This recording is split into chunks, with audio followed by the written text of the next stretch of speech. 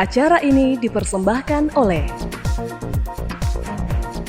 Halo pemirsa Unhas TV, senang sekali saya Zara Sabita Suceng dapat kembali menjumpai Anda dalam program Unhas Daily. Dalam beberapa menit ke depan kami akan menyajikan berita teraktual hanya untuk Anda.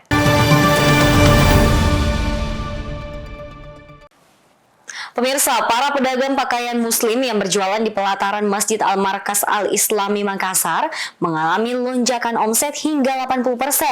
Momen Ramadan menjadi kesempatan emas bagi mereka untuk meraih keuntungan lebih besar dibandingkan hari-hari biasanya.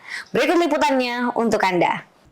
Di Masjid Al-Markas Al-Islami Makassar, pada setiap bulan Ramadan, selain dipadati oleh jamaah juga para pedagang yang memanfaatkan kehadiran para jamaah di masjid ini. Beragam jenis barang dijual para pedagang yang menempati pelataran dan halaman masjid.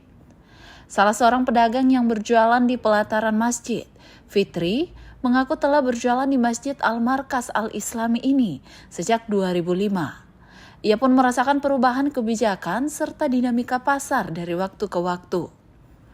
Pedagang pakaian muslim, peci, serta pernak-pernik lainnya ini pun menceritakan pengalaman berjualannya di Masjid Al-Markas Al-Islami. Fitri menyebut jika awalnya ia berjualan di lantai 1 masjid, sebelum akhirnya dipindahkan ke lokasi baru di pelataran masjid sekitar 6 bulan lalu, karena penataan area perniagaan oleh pengelola masjid. Saya dari sekitar 2005 ya Kak, sudah berjualan di sini.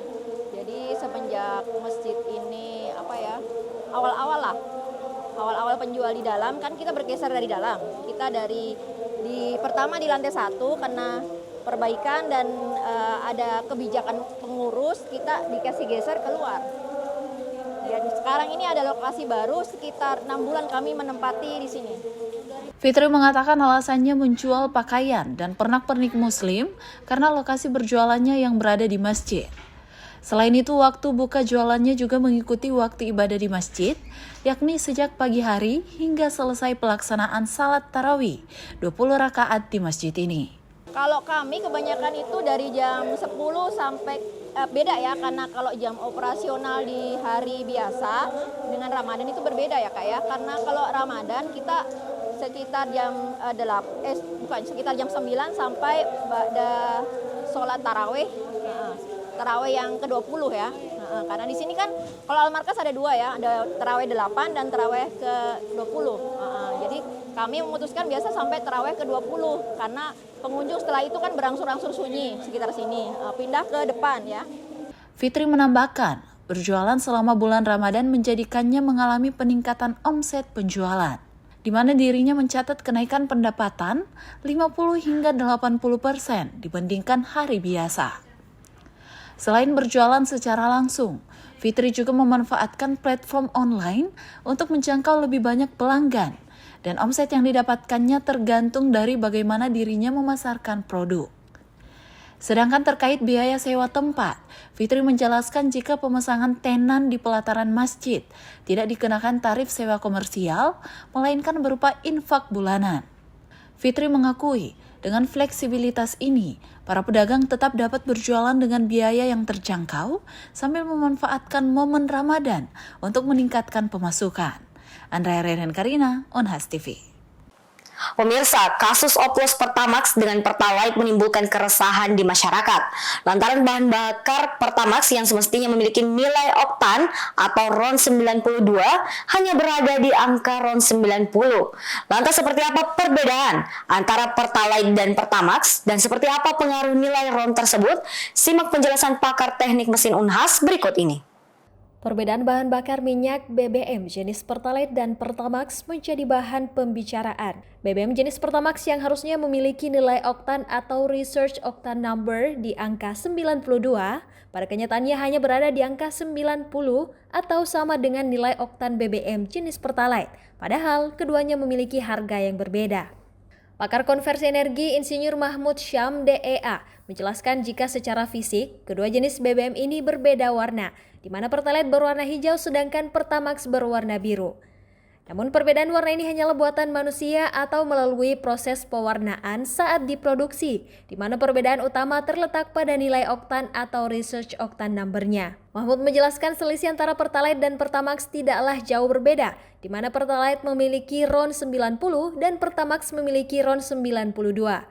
Meski demikian, nilai oktan ini menjadi penting karena nilai oktan berperan besar dalam meningkatkan performa mesin kendaraan.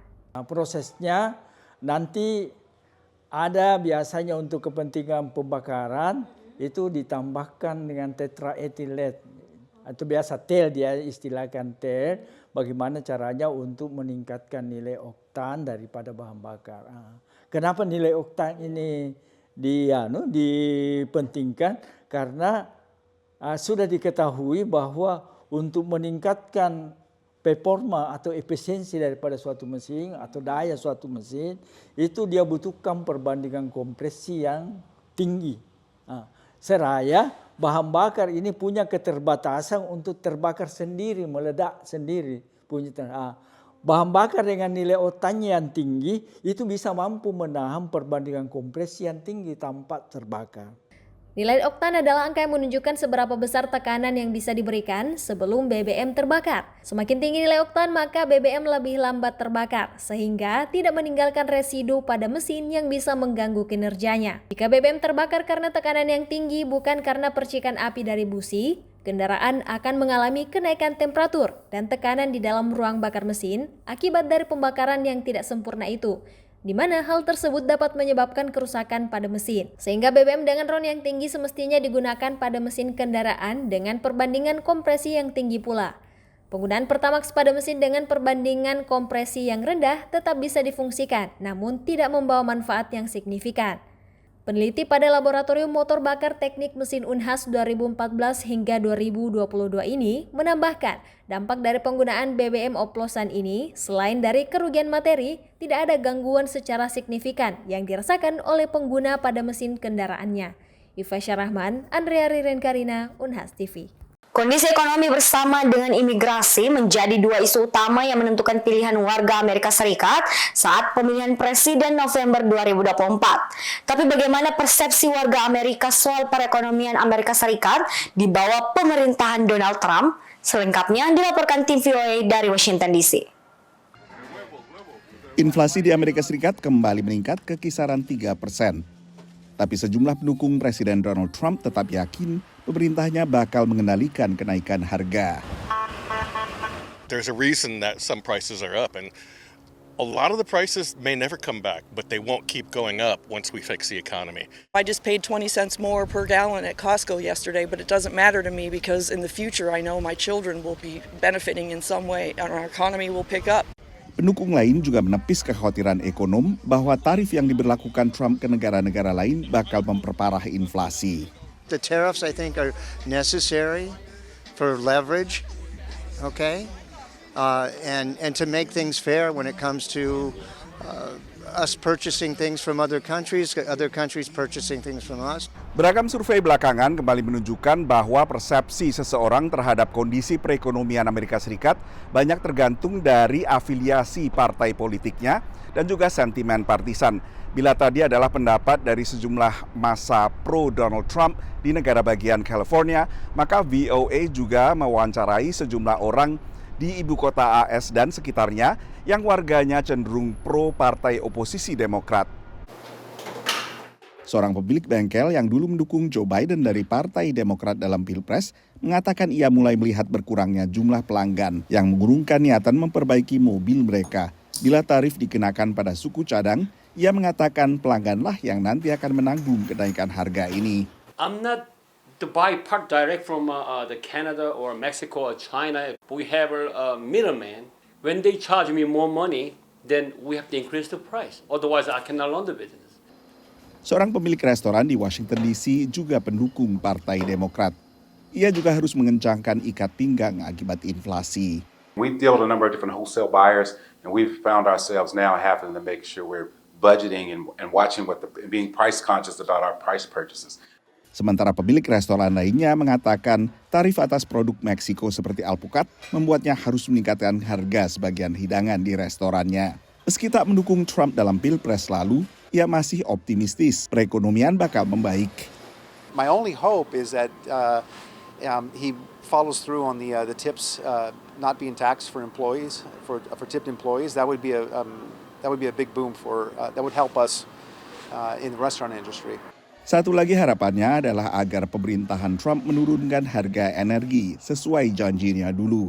Mengingat tingginya harga bensin membawa efek berantai pada harga berbagai kebutuhan. Dari Washington DC, Nova Purwadi dan tim VOA.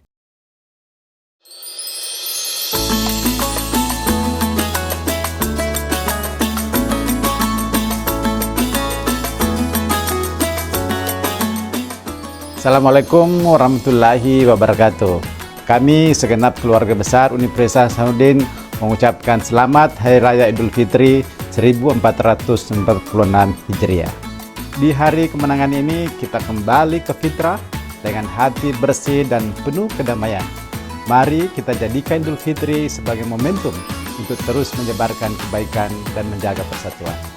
Idul Fitri bukan hanya tentang perayaan, tetapi juga tentang kebersamaan dan kepedulian. Idul Fitri adalah tentang memaafkan, berbagi, dan menyebarkan kebahagiaan kepada sesama. Di hari yang suci ini, marilah kita merefleksikan diri, memperbaiki kesalahan, dan menjadi pribadi yang lebih baik di masa depan. Mari jadikan Idul Fitri sebagai momentum untuk terus menyebarkan kebaikan dan menjaga persatuan. Saatnya membersihkan hati dan memulai kembali dengan kebersihan jiwa. Taqabbalallahu minna wa minkum. Mohon maaf lahir dan batin. Wassalamualaikum warahmatullahi wabarakatuh.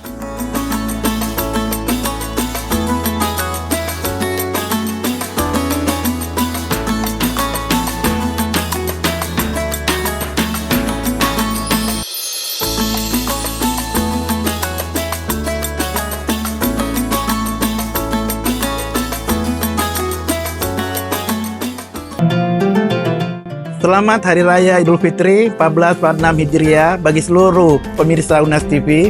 Terima kasih banyak sudah bersama kami dalam beberapa tahun ini, menjadi inspirasi, dan insya Allah kita akan bersama-sama terus untuk menjadi navigasi dunia.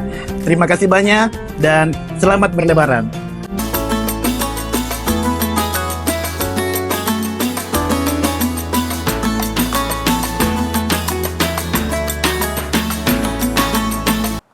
Baik pemirsa, berita tadi sekaligus menutup perjumpaan kita hari ini. Jangan lupa untuk terus saksikan Unhas Daily hanya di Unhas TV. Saya Zara Sabita Suci yang beserta seluruh kru yang bertugas pamit undur diri dan sampai jumpa.